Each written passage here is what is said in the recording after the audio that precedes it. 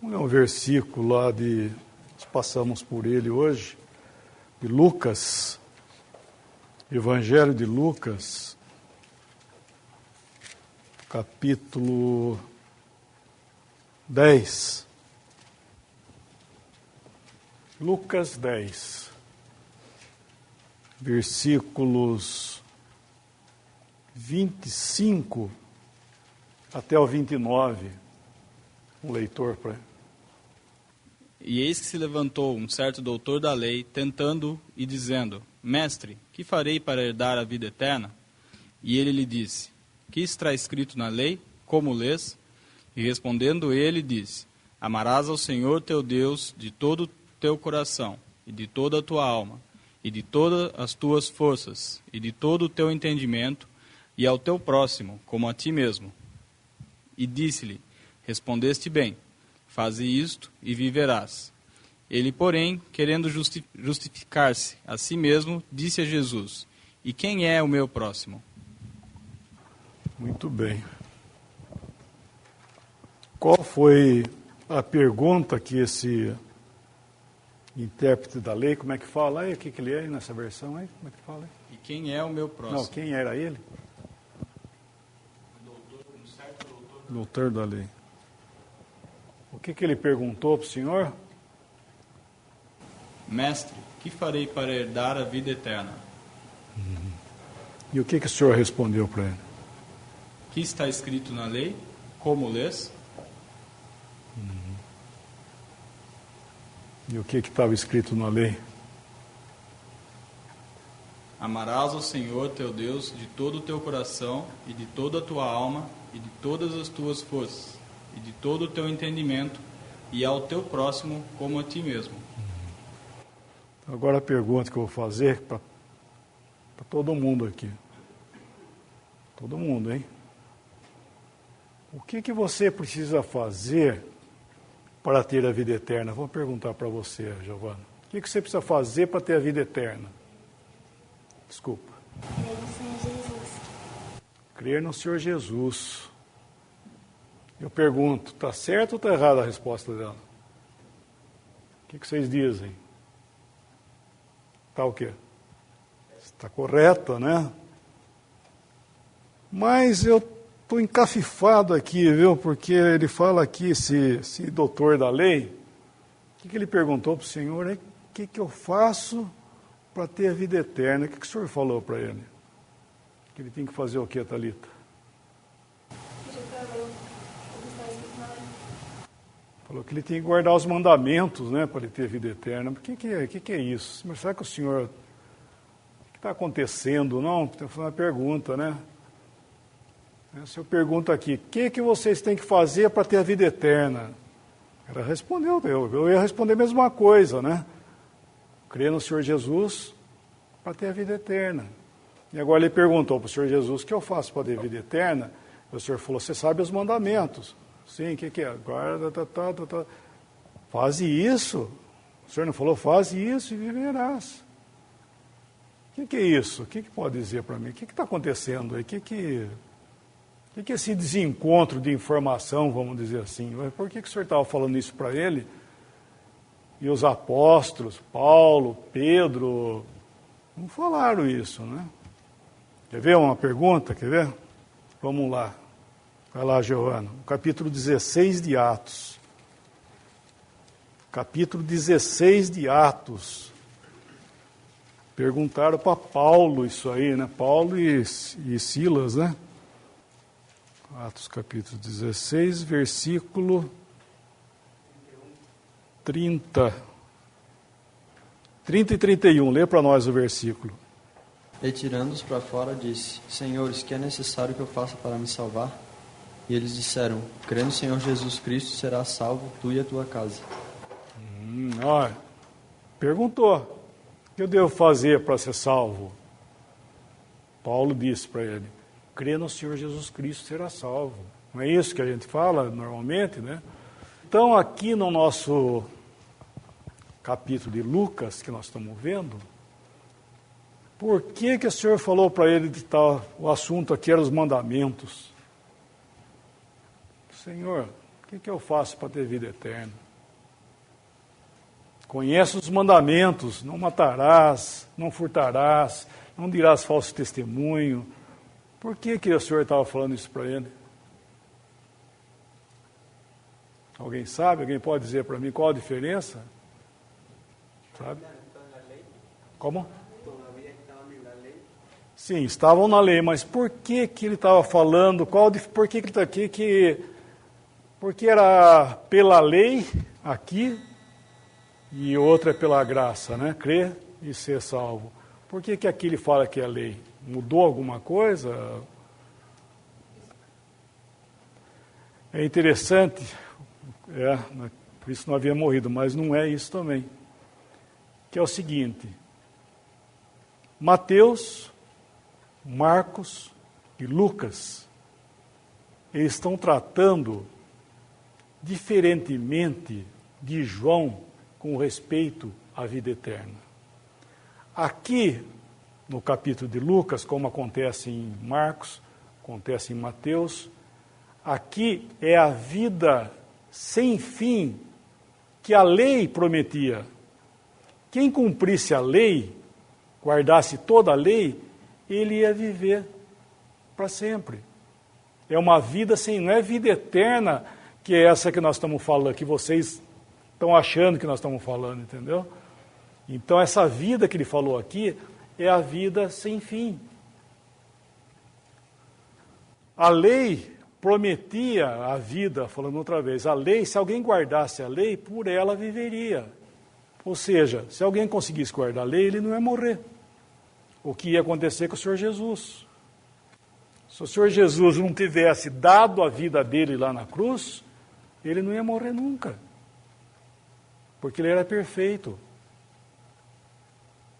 Mas ele deu, inclusive, chance à lei para que cumprisse a maldição na lei sobre ele mesmo. Ele foi feito maldição na cruz, como diz Paulo. Então, essa pergunta que esse doutor da lei aí, fala nessa versão, fez, ele estava justamente falando para Cristo, mas ele ia provar, né? Ele não estava sendo sincero no que ele estava dizendo, mas ele perguntou o que ele ia fazer para poder ter a vida que a lei prometia, essa vida sem fim. O Senhor falou, é a lei. A lei, se ele obedecesse a lei, ele ia viver aqui. Agora, o Evangelho de João, vamos ler o Evangelho de João. Lê capítulo 3, por exemplo, versículo 16, que nós bem conhecemos. João 3,16. Porque Deus amou o mundo de tal maneira que deu o seu Filho unigênito para que todo aquele que nele crê não pereça, mas tenha a vida eterna. Essa vida eterna é a vida eterna que nós estamos falando, que é a vida com Deus, né, com Cristo na glória. Isso é a vida eterna. E essa vida do cristão, que é a vida eterna, é uma vida que veio de Deus, por isso que é eterna, né? Lá ele chama a vida sem fim, seria a outra versão correta, seria a vida sem fim, porque a pessoa ia viver aqui nesse mundo sem fim.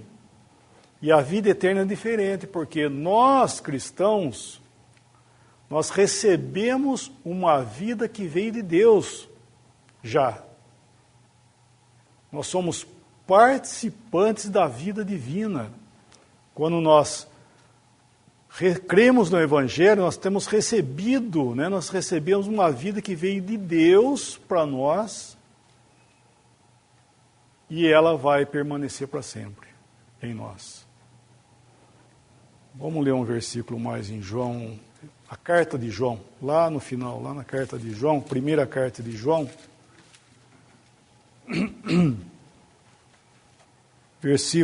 Capítulo 1 de João, 1 João, capítulo 1, versículos 1 ao 4. o que era desde o princípio, o que vimos com os nossos olhos, o que temos contemplado, e as nossas mãos tocaram da palavra da vida. Porque a vida foi manifestada, e nós a vimos e testificamos dela, e vos anunciamos a vida eterna, que estava com o Pai e nos foi manifestada. O que vimos e ouvimos, isto vos anunciamos, para que também tenhais comunhão conosco. E a nossa comunhão é com o Pai e com o seu Filho, Jesus Cristo. Estas coisas vos escrevamos, para que o vosso gozo se cumpra. A vida eterna que estava com o Pai foi manifestada em Cristo, e esta vida foi comunicada a nós. Nós temos comunhão com o Pai e com o seu Filho, e com os outros também, baseado nessa nova vida que recebemos. Quando nós falamos sobre novo nascimento hoje do cristão, nós estamos falando de nova vida, uma vida que vem de Deus, que é baseada na obra de Cristo como nosso Salvador. Por isso que essa vida eterna que João está falando é mediante o que? Aquele que crê tem vida eterna. Então essa vida é a vida que nós temos comunhão com Deus e vamos para a glória com essa vida que recebemos. E tem uma palavra a mais que nos coloca em relação com Deus. Qual outra relação com Deus? O que Deus é para nós hoje?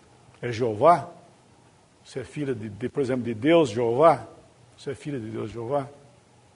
Você não, né? Você é filho de Deus o quê? Quem pode dizer? O que Deus é para você? Melhor dizendo, como é que você fala com Deus? Deus, quando você vai orar, fala Deus o quê? Pai. Deus Pai, exatamente. Deus é Pai. Por que nós falamos que Deus é Pai? Porque é doutrinal isso, né? O Senhor Jesus, quando ressuscitou, falou assim para Maria: vai e dize aos meus irmãos que eu subo para o meu Deus e vosso Deus, e meu Pai e vosso Pai. Ele nos coloca juntamente com Ele nessa relação. E não somente Ele estava fazendo isso de uma forma amistosa, vamos dizer assim, vocês podem agora chamar a Deus de Pai. Ele não estava dizendo apenas isto. Mas a obra que Ele fez na cruz, nós recebemos uma relação com Deus muito mais. Quer ver um versículo que fala, por exemplo, lá de Gálatas 4, versículo 5. Lê aí, por favor, Mateusão.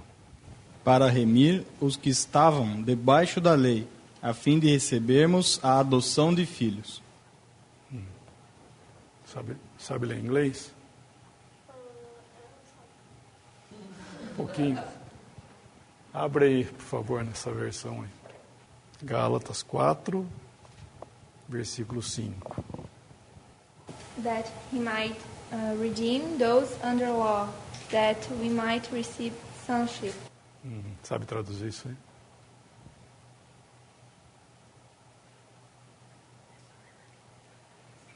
Possamos remir debaixo da lei e que possamos receber a Sonship. Filiação. A nossa versão fala adoção de filhos. Tudo bem, está certo. Mas é muito mais do que isso. Não é simplesmente eu pegar a Giovana aqui, falar, vou adotar você, vai ser minha filha agora, tá bom? Então você vai para casa. Boazinha, menina. Tem que obedecer aí. Ela vai ser minha filha, eu vou mudar o nome dela. Como é que você chama, Giovana? Não, mas do quê? Seu nome. É? Lenze, agora você vai chamar Soares de Campos, que é meu sobrenome, porque eu vou adotar você, escrevemos. Então, você vai ser minha filha. Então, isso é adotar, pode voltar, estou brincando, viu, meu irmão? Imagina que você vai criar um pai feio desse. Então, isso é adoção, não é verdade? Adotar uma criança, não é assim que acontece, Giovana? Nós vamos lá nos órfãos lá que estão... E a gente adota uma pessoa. Então a Maria Aparecida, ela pega ela e põe meu nome, acrescenta meu nome, ela passa a ser minha filha. A adoção nossa na família de Deus é mais do que isso. Tá? É filiação. O que é isso aí? É o milagre de Deus. É como se eu pudesse, vamos dizer, pegar a Giovana e ela tem o DNA dela. Eu tenho o meu, tenho minha família. Minha filha, se fizer, vai ver que é minha filha. Não é assim que faz o teste do DNA? É como se pudesse, vamos dizer, fazer com que ela transformasse o DNA dela igual ao meu. Eu pudesse fazer isso. E Deus fez isso. Então, a nossa associação com Deus é filiação direta com a vida que Deus tem. É muito mais do que qualquer relação com Deus em toda a história da humanidade. A posição que nós temos como cristão é muito mais do que às vezes nós podemos imaginar. Nós somos filhos de Deus. Legítimos filhos de Deus. Tudo o que Cristo tem, eu tenho. Ele não me deu liberdade de chamar ele de meu irmão, mas ele nos chama de irmãos. Não é isso que ele fala? Chamarei, aos meus irmãos declararei o teu nome. Ele não nos deu liberdade de falar isso para ele, mas ele fala isso para nós. E nos colocou nessa posição que nós somos filhos de Deus. Então, quando eu falo pai, é como eu estivesse falando, como a Giovana estivesse falando do Bernardo, pai, porque é o pai dela mesmo. Pai direito, não é seu pai de verdade? Então, nosso Deus é pai de verdade. Que ele deu vida para nós. E mais uma palavrinha, em Romanos capítulo 5, por exemplo, essa nós temos correto em nossa língua, Romanos capítulo 5, versículo 1. Sendo, pois, justificados pela fé, temos paz com Deus por nosso Senhor Jesus Cristo. Olha que interessante. Nós temos paz com Deus mediante nosso Senhor Jesus Cristo, por aquilo que Ele fez por nós. E Ele diz o que nós somos aí, o quê? Perdoados? O que fala aí, Débora? O que diz? Perdoados ou não? Como diz aí? Verso 1. Como? Sim, Romanos 5, 1. Que temos? Justificados. Justificados se diz também, né? Alguém sabe o que é justificado? Sabe, Mateus, o que é justificado? Sei, mas não sei explicar. Tá. Quem sabe explicar para mim, de vocês, o que é justificados? Quem sabe o que é ser justificado? O que é justificar? Biblicamente, alguém sabe o que quer dizer isso? Paulo não fala aí, perdoados, pois, mediante a fé temos paz. Ele fala, justificados, pois, mediante a fé temos paz com Deus. O que é justificado? Exato, tornados justos, né? Somos justificados, mas só que essa palavra, ela está querendo dizer que nós temos uma posição, fomos colocados por Cristo, né, pela obra dele, numa posição como nós nunca tivéssemos tido pecado antes. Perdoado é quando você comete uma ofensa e eu perdoo você, mas você fez aquilo. Vamos dizer, a lembrança fica. Puxa, está perdoado, mas ficou a lembrança que fez aquilo. Agora, justificado é colocar numa posição como nunca tivesse feito. E esta é a posição que nós temos diante de Deus. Então, essa relação de filiação é uma posição tão alta, tão bendita, que nós temos acesso direto ao Pai e nessa posição. Por quê? Somente uma pessoa justificada que realmente poderia ter paz com Deus. Por quê? Porque Deus Você acha que Deus perdoa o pecado, Débora? Por quê? Porque você... Perguntar então para a Thalita. Você acha que Deus perdoa o pecado, Thalita? Não. Está certa a sua resposta. Deus não perdoa o pecado. Ele condena isso. Só que aí que está. Por isso que nós temos aqui justificados, pois, mediante a fé, temos paz com Deus. Por quê? Porque Deus, a nossa culpa foi resolvida em Cristo Jesus. Só que essa obra dele foi muito mais do que perdão, isso que eu quero dizer, que a palavra nos diz, né? É muito mais do que perdão. Ele tomou sobre si os nossos pecados e foi pago ali, e nós somos apresentados hoje diante de Deus perfeitamente lavados, limpos, isentos, justificados, porque Cristo levou os nossos pecados. Então, estou dizendo isso para vocês, porque para nós também, para nós gozarmos daquilo que nós temos.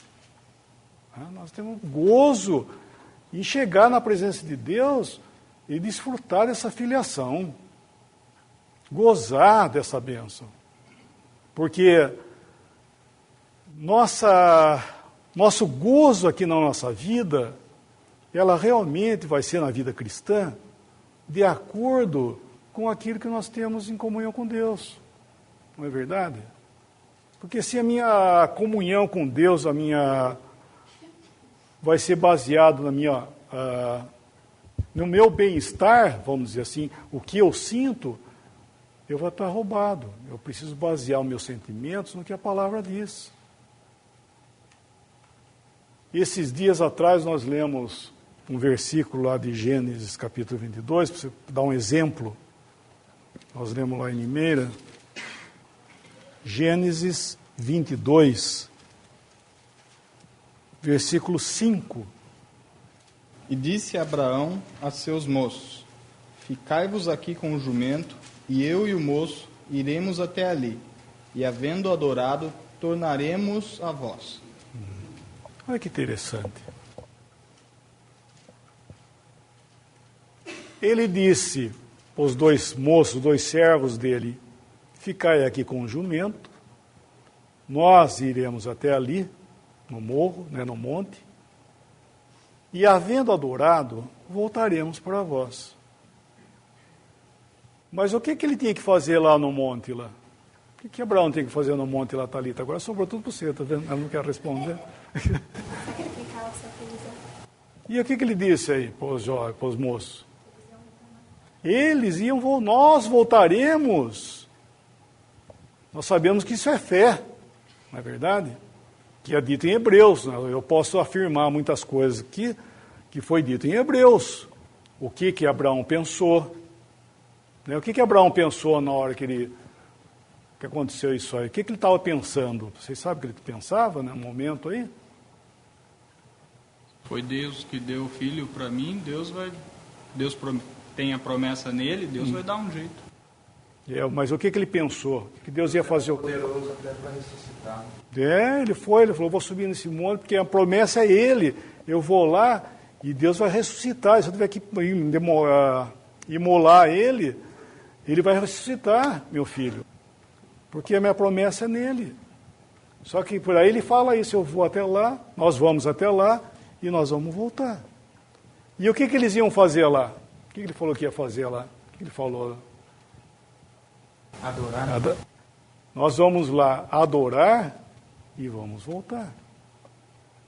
Essa palavra adoração, nós podemos dizer, puxa, como é que Abraão podia dizer essa palavra numa situação daquela? Ia sacrificar o filho dele, nós vamos lá, nós vamos adorar e nós vamos voltar. Primeiramente, nós vemos que está sendo tirado aqui tudo o que é ideia das coisas que existem em nós. O que tem que ficar no pé do monte lá? O que ele falou para ficar? Quem que ia ficar lá no pé do monte, querida? Quem que ia ficar? O servo e o jumento. Os servos e os jumentos. Ia ficar lá. Ou seja, tudo que é da nossa energia, que eram os jovens, né? Tudo que é da nossa energia não vai para o monte. E tudo que é nossa teimosia não vai para o monte, que são jumentos. Fica aí. Fica aí e nós vamos subir lá. E nós vamos fazer o quê? Nós vamos adorar. E a adoração a Deus, para nós como cristãos, nós devemos entender que é aquilo que Deus disse. Não é baseado em sentimentos. Por isso que ele falou que nós vamos lá, nós vamos adorar, porque Deus falou para eu fazer isso. Ele ia oferecer o filho dele em adoração. E Deus ia responder, ia dar o filho dele de volta para ele. Mas ele ia fazer o quê? Ele ia adorar. Porque Deus estava falando para ele fazer aquilo. E nós devemos entender que quando uma reunião de adoração, qual que é uma reunião de adoração? Quem pode falar para mim uma reunião de adoração? Qual reunião que é de adoração? Fala uma reunião de adoração. A ceia. A ceia do Senhor, uma reunião que a gente vem aqui para adorar.